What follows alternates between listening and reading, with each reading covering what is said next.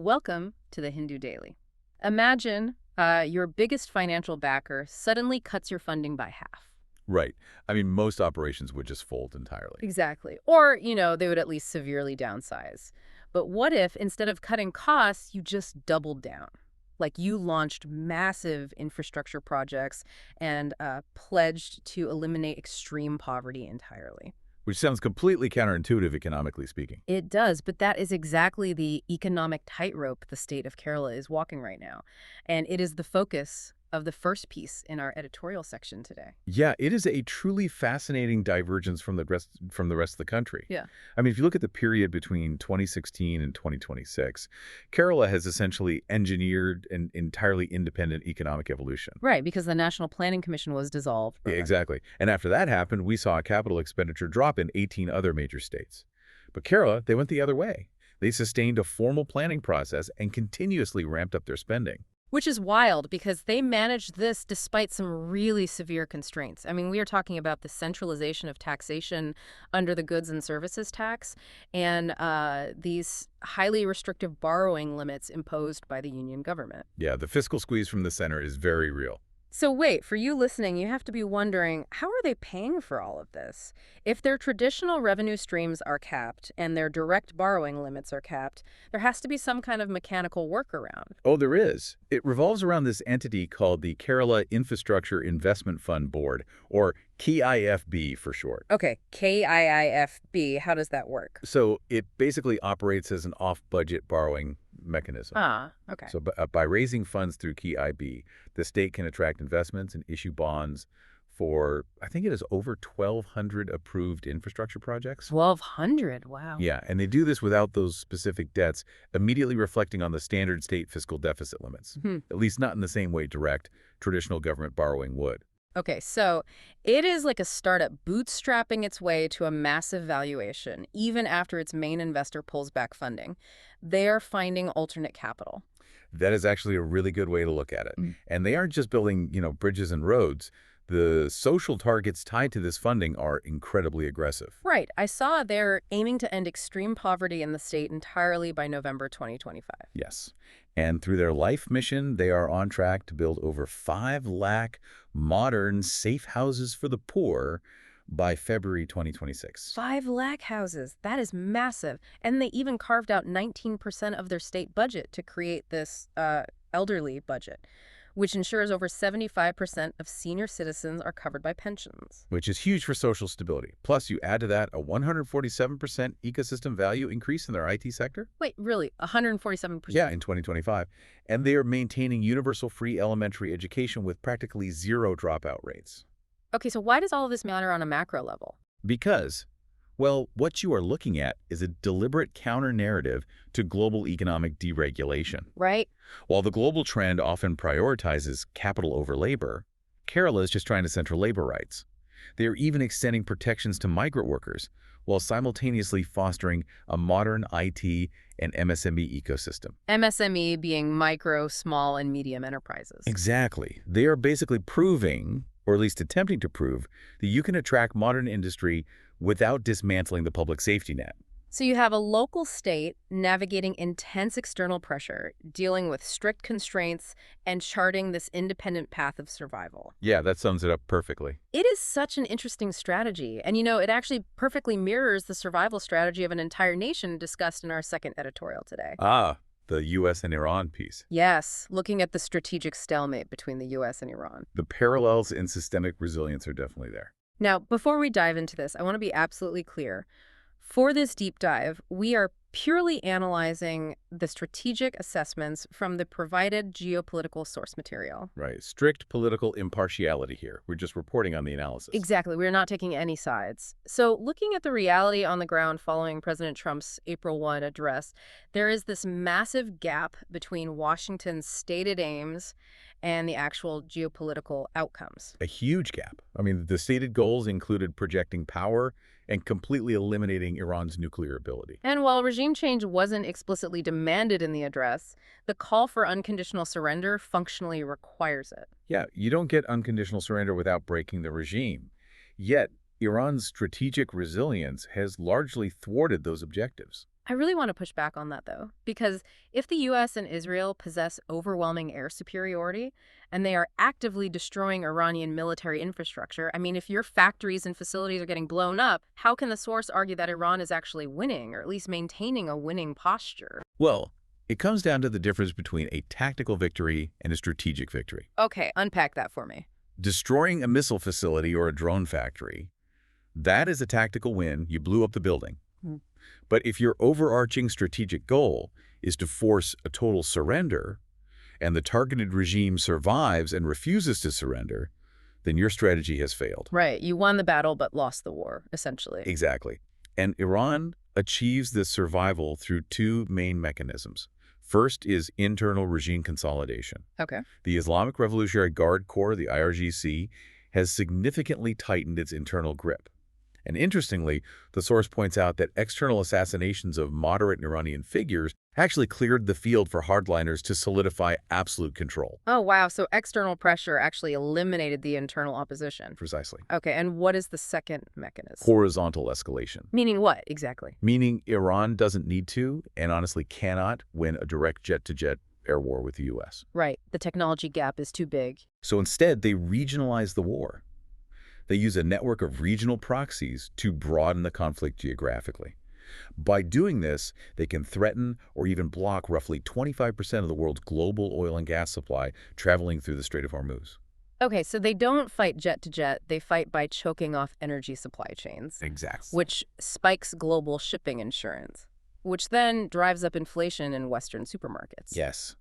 The economic pain inflicted globally becomes their primary deterrent. That is fascinating. And when you combine that horizontal escalation with flawed pre-war intelligence, intelligence that falsely assumed the Iranian regime would just crumble from a popular uprising. Which obviously didn't happen. Right. And you add the reluctance of NATO allies to join what they view as strictly Washington's unilateral conflict. What you end up with is a battered, heavily sanctioned, but deeply entrenched Iran. So they can basically endure the stalemate longer than the global economy can endure the resulting inflation. That is the core argument of the piece, yes. Man, it is just a stark look at the geopolitical calculations of war, where physical infrastructure is deliberately targeted and destroyed. It really is. But, you know, physical infrastructure can also completely fail us in times of peace, with equally devastating consequences. Absolutely. And moving into today's Ground Zero section, we see exactly what happens when architectural and administrative systems collapse under pressure. You were talking about the Nalanda temple tragedy. Yes. The March 31st stampede at the Sheetla Mata temple in Magra village, Bihar, it is basically a textbook example of systemic failure. 9 people lost their lives. It is incredibly tragic. The human reality of this is just heartbreaking. We read about one of the victims, Rekha Devi. She went to the temple with her 20-year-old son, Kundan Kumar. And he had just gotten his test results right. Yeah, he just scored 65% in his Class 12 exams. They were literally just there to celebrate his academic future, and she didn't make it out. Oh, that is just... To understand how a celebration turns into a fatal event like that, you really have to look at the physics of the physical space. This is a 1.5-acre temple complex. Which is not very big at all. No, it's tiny. On a normal day, they see maybe 500 to 1,000 visitors. But this wasn't a normal day. This was the last Tuesday of the Chaitra month, which is a highly auspicious day for worshiping goddess Durga. Authorities estimate over 10,000 people arrived. 10,000 people in 1.5 acres. Think about it like putting 10,000 people in a space meant for a fraction of that. It is like pouring a gallon of water into a teacup and then closing the lid. The pressure has to go somewhere. Right. And at that density, the crowd stops being a group of individuals making choices and literally starts acting like fluid dynamics. Yes, a single person tripping creates this physical shockwave that just ripples through the entire crowd. And the infrastructure actively prevented that pressure from dissipating. I mean, the temple is down this narrow lane, which creates a natural bottleneck right from the start. And compounding those architectural limitations were some massive, massive administrative failures. Oh, totally. Witness accounts indicate there is an initial total absence of police to manage the crowd flow. Because they were diverted elsewhere. Right. Locals allege the forces were diverted to Rajgir for the president's visit to Nalanda University. So there was no surge management. And when the chaos actually began, authorities reportedly erected these bamboo barricades that practically locked people in. They block the natural flow of entrances and exits. And worse than that, there are formal police reports alleging that temple priests were actually taking money to allow people to bypass the line and enter through the exit gate. Which is just a recipe for disaster. You have opposing streams of human traffic violently colliding in a sealed space. The post-mortem reports confirm the cause of death was compressive asphyxia. Which means? It literally means the inability to expand your lungs to take a breath because of the sheer crush of the bodies around you. That is horrifying. It really is. 4 priests have been arrested for culpable homicide, and the government announced a 6 lakh rupee compensation for the families. You know, the Bihar State Religious Trust Board itself admitted to undeniable lapses. And I think what we have to understand here, zooming out a bit, is that tragedies like this are rarely the fault of a panicked crowd. Right? You can't just blame the people. It is fundamentally an architectural and administrative failure. If you do not proactively channel human movement and anticipate surge capacity, the physical infrastructure itself becomes a trap. The system completely failed the very people it was supposed to accommodate and protect. And, looking at our spotlight section today, we see another systemic structure that was failing its most vulnerable population, which prompted a really sudden policy overhaul in Karnataka's educational system. Yeah, state educational policy is often this real-time stress test of how systems handle demographic and academic realities. And the Karnataka government has just fundamentally altered the State Board Class 10 SSLC exams. Right, they changed how the third language subject is evaluated, which, for about 93% of the students, is Hindi. Yes. And again, just to be completely impartial here, our deep dive is just reporting on the arguments from both sides, as presented in the article. We are not endorsing either stance. Absolutely. So let's look at the mechanics of this change. Previously, the third language was scored out of 100 points. That contributed to a total possible score of 625. Okay. And crucially, if you failed that paper, you failed the entire exam, period. Wow, high stakes. Very. But under the new rule, the third language will only be graded, not scored. It won't count toward the new total, which is now 525 marks. And there's no pass or fail metric tied to it anymore. Okay, so why the sudden change? The data driving this is actually quite dramatic. Recently, 1.64 lakh students failed the SSLC exam. 164,000 kids. Right. And out of those, a staggering 1.46 lakh failed specifically because of the third language paper. Wait, really? Let me make sure I have that right. Out of 164,000 failures, 146,000 were just because of the third language. Exactly. It was the primary bottleneck. So the Department of School Education and Literacy argues that this single subject is causing severe academic burnout, predominantly among rural students who, frankly, may not have any exposure to a third language outside of a classroom setting. But you cannot really look at language policy in Karnataka without looking at the massive historical and political weight it carries. Oh, definitely not. It is heavily layered. Because this traces all the way back to the 1968 three-language formula, and then you have the Gokak Choluvali movement of the 1980s that really pushed for Canada primacy. Right. And then post-1990s, the IT boom brought massive migration into Bengaluru, which only intensified regional resistance to what local movements term Hindi imposition. So that history makes this a fiercely contested space. The state government is framing this purely as a student welfare measure, based on the failure rates. Meanwhile, opposition BJP leaders and Union Minister Shobha Karandlaje are calling it an anti-Hindi move. They argue it is driven by regional politics, and they have vowed to reverse it. Which raises a really provocative question about how policy is drafted. Is this genuinely about protecting rural students from academic burnout and failure? Or is the failure rate data just a convenient empirical cover for political posturing? Well, in policymaking, intent and political convenience often share the exact same space. That is a very diplomatic way to put it. I mean, removing the pass-fail burden certainly keeps hundreds of thousands of students from dropping out of the system entirely, but it also inadvertently creates secondary issues that haven't been talked about as much. Like what? Well, what happens to the linguistic minorities? There are over 11,000 minority language students in the state, say kids speaking Urdu or Marathi at home. Right. They currently take Kannada as their third language. Oh, I see where this is going. Exactly. If the subject is no longer scored, the incentive for those kids to study Kannada drops drastically.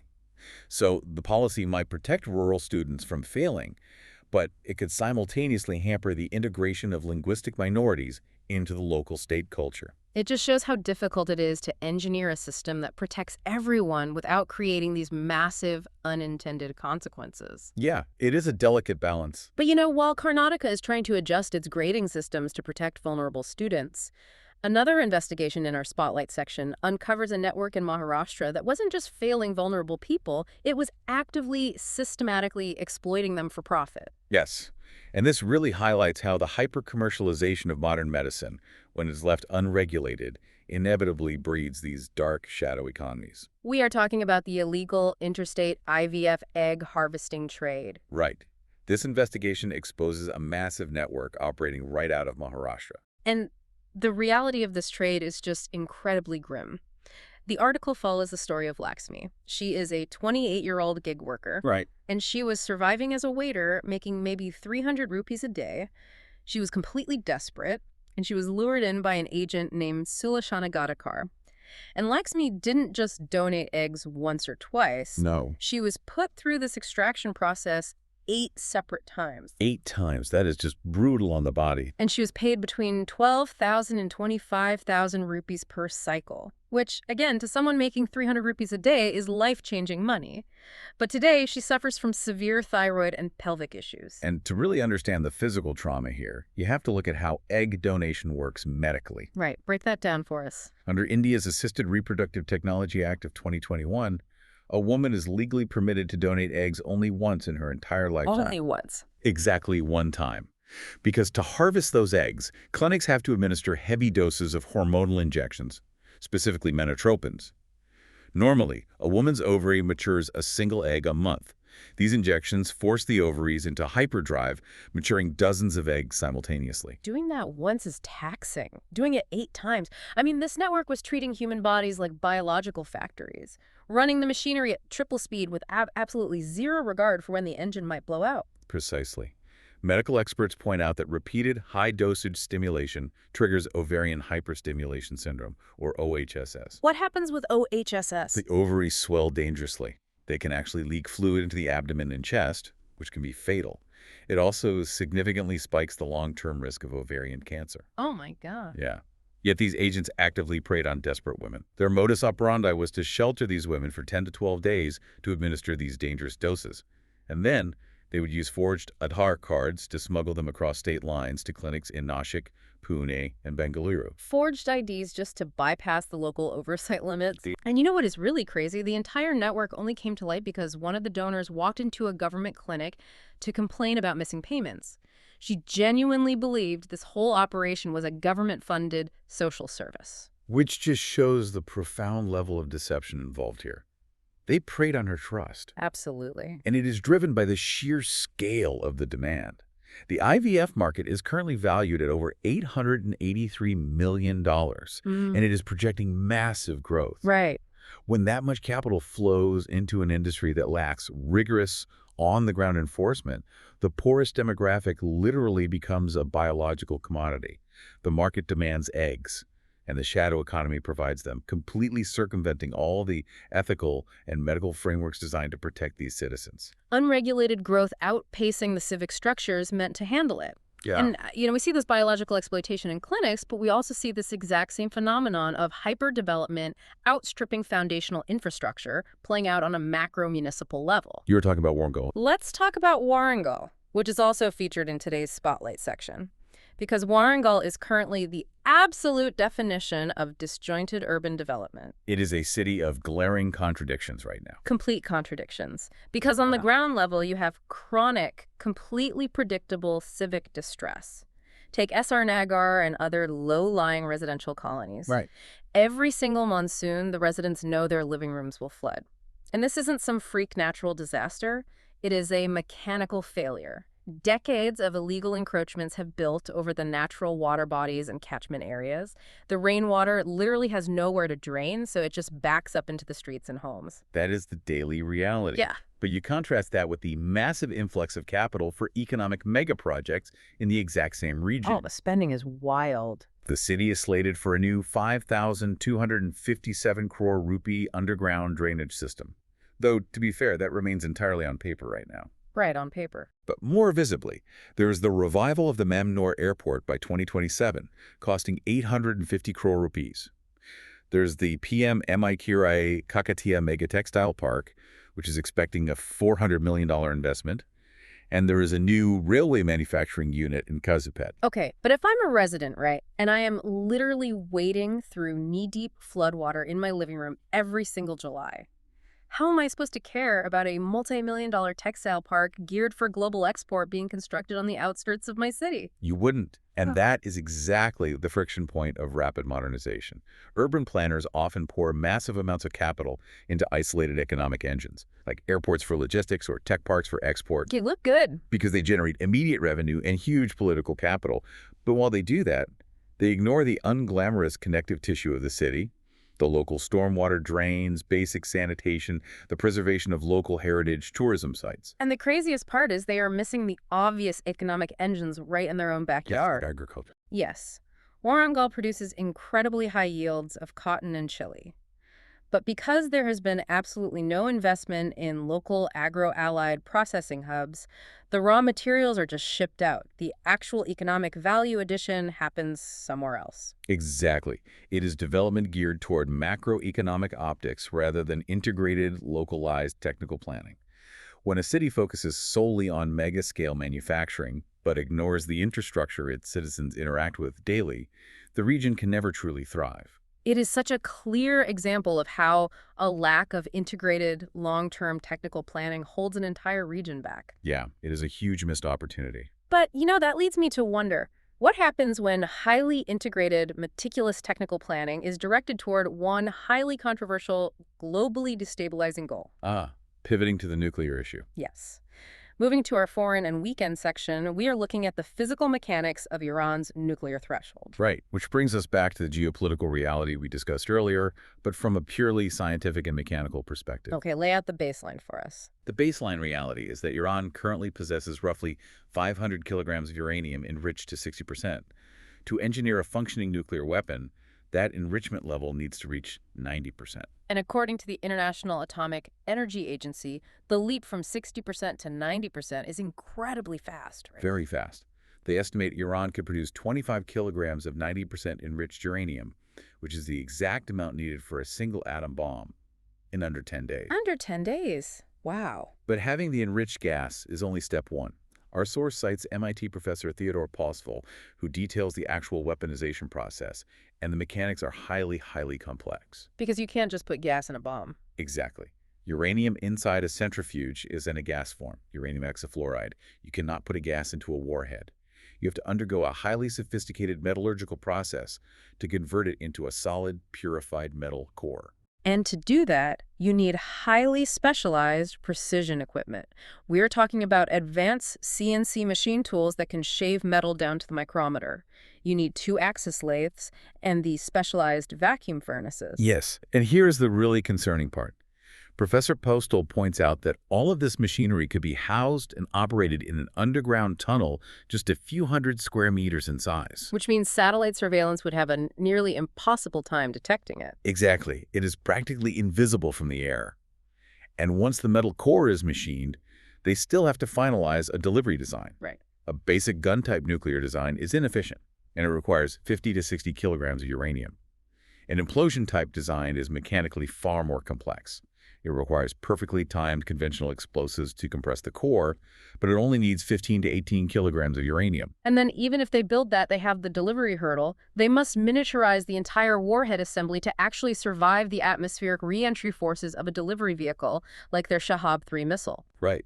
The engineering required for re-entry is monumental. So, wait, clarifying question here. While political commentators on TV often guess it would take Iran years to build a functioning weapon, the physical science actually indicates that if the CNC machines and the lathes are already pre-stashed in one of these mountain tunnels, we could be looking at a timeline of weeks, not years. Yes. And Professor Postel's bottom-line assessment is frankly chilling. He argues that whether the exact timeline is 10 days, 6 weeks, or 3 months is largely irrelevant to the current geopolitical reality. Because the capability is already there. Exactly. The point is that Iran has scientifically crossed the threshold. By possessing both the fissile material and the advanced technical knowledge, they are now functionally a nuclear-capable state. Right.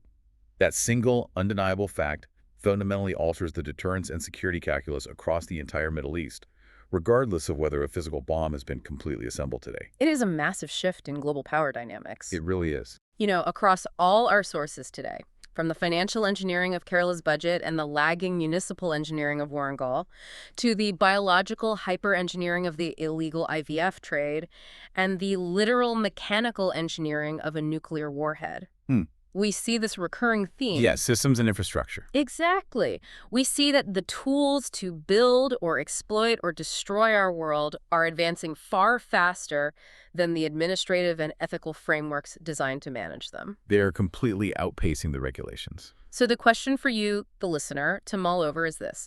In your own industry or your own community, are the ethical frameworks and regulatory structures actually keeping pace with the technological leaps, or are we all just waiting for the systems to flood? Thank you for listening.